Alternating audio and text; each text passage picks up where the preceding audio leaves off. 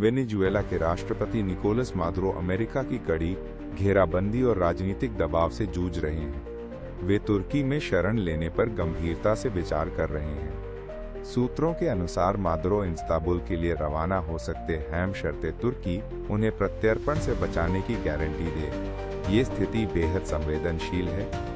भारत की अर्थव्यवस्था ने FY26 की दूसरी तिमाही में 8.2% की वृद्धि दर्ज की है, जो पिछले 6 तिमाहियों में सबसे ऊंचा स्तर है।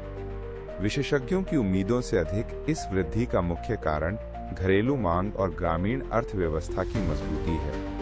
पाकिस्तान ने हाल ही में एक नई ship launch anti-ship ballistic missile का परीक्षण किया है, जिससे सोशल मीडिया पर हंगामा मच गया है। विशेषज्ञों का कहना है कि पाकिस्तान की नई मिसाइल 700-800 किलोमीटर दूर स्थित भारतीय युद्धपोतों पर हमला कर सकती है, लेकिन ये दावा संदिग्ध है। दिल्ली पुलिस की क्राइम ब्रांच ने कपिल शर्मा के कैफे पर फायरिंग के मामले में बंधु मान सिंह को लुधियाना से गिरफ्तार किया है। बंधु मान सिंह गोल्डी ढिल्लों गैंग का अहम सदस्य है और उसने फायरिंग के लिए शूटरों को लॉजिस्टिक सपोर्ट मुहैया कराया था। रूस के राष्ट्रपति व्लादिमीर पुतिन 4 साल बाद भारत आ रहे हैं। उनकी यात्रा 4 से 5 दिसंबर तक होगी। पुतिन प्रधानमंत्री नरेंद्र मोदी से वार्ता करेंगे और भारत रूस एनुअल समिट में भाग लेंगे। कई अहम फैसलों की उम्मीद है। एशिया पावर इंडेक्स 2025 में भारत ने अपनी स्थिति को मजबूत किया है और आधिकारिक रूप से मेजर पावर की श्रेणी में आ गया है। ऑस्ट्रेलिया के लोवी इंस्टीट्यूट द्वारा जारी रिपोर्ट में 27 देशों का सैन्य, आर्थिक और सांस्कृतिक प्रभाव का मूल्यांकन किया गया है।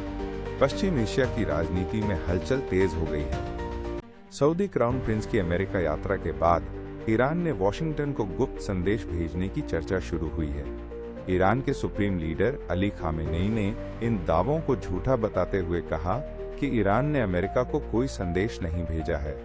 यह एक सोची समझी अफवाह है। रणवीर सिंह की बहुप्रतीक्षित फिल्म धुरंधर कानूनी विवादों में फंस गई है।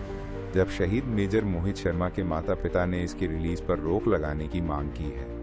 फिल्म 5 दिसंबर को रिलीज होनी है, लेकिन याचिका दायर होने के बाद सवाल उठता है कि क्या धुरंधर वास्तव में मेजर मोहित शर्मा की जिंदगी से प्रेरित है।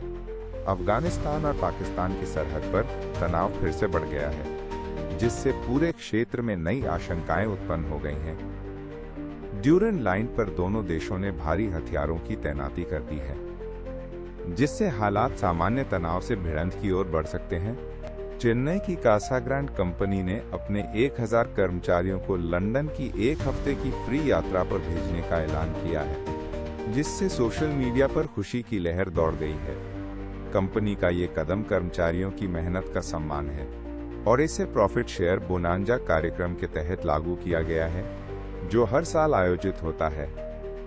नई दिल्ली दुबई एयर शो में तेजस से जुड़े हादसे के बाद HAL के चेयरमैन DK सुनील ने कहा कि तेजस पर सवाल उठाने की कोई जरूरत नहीं है।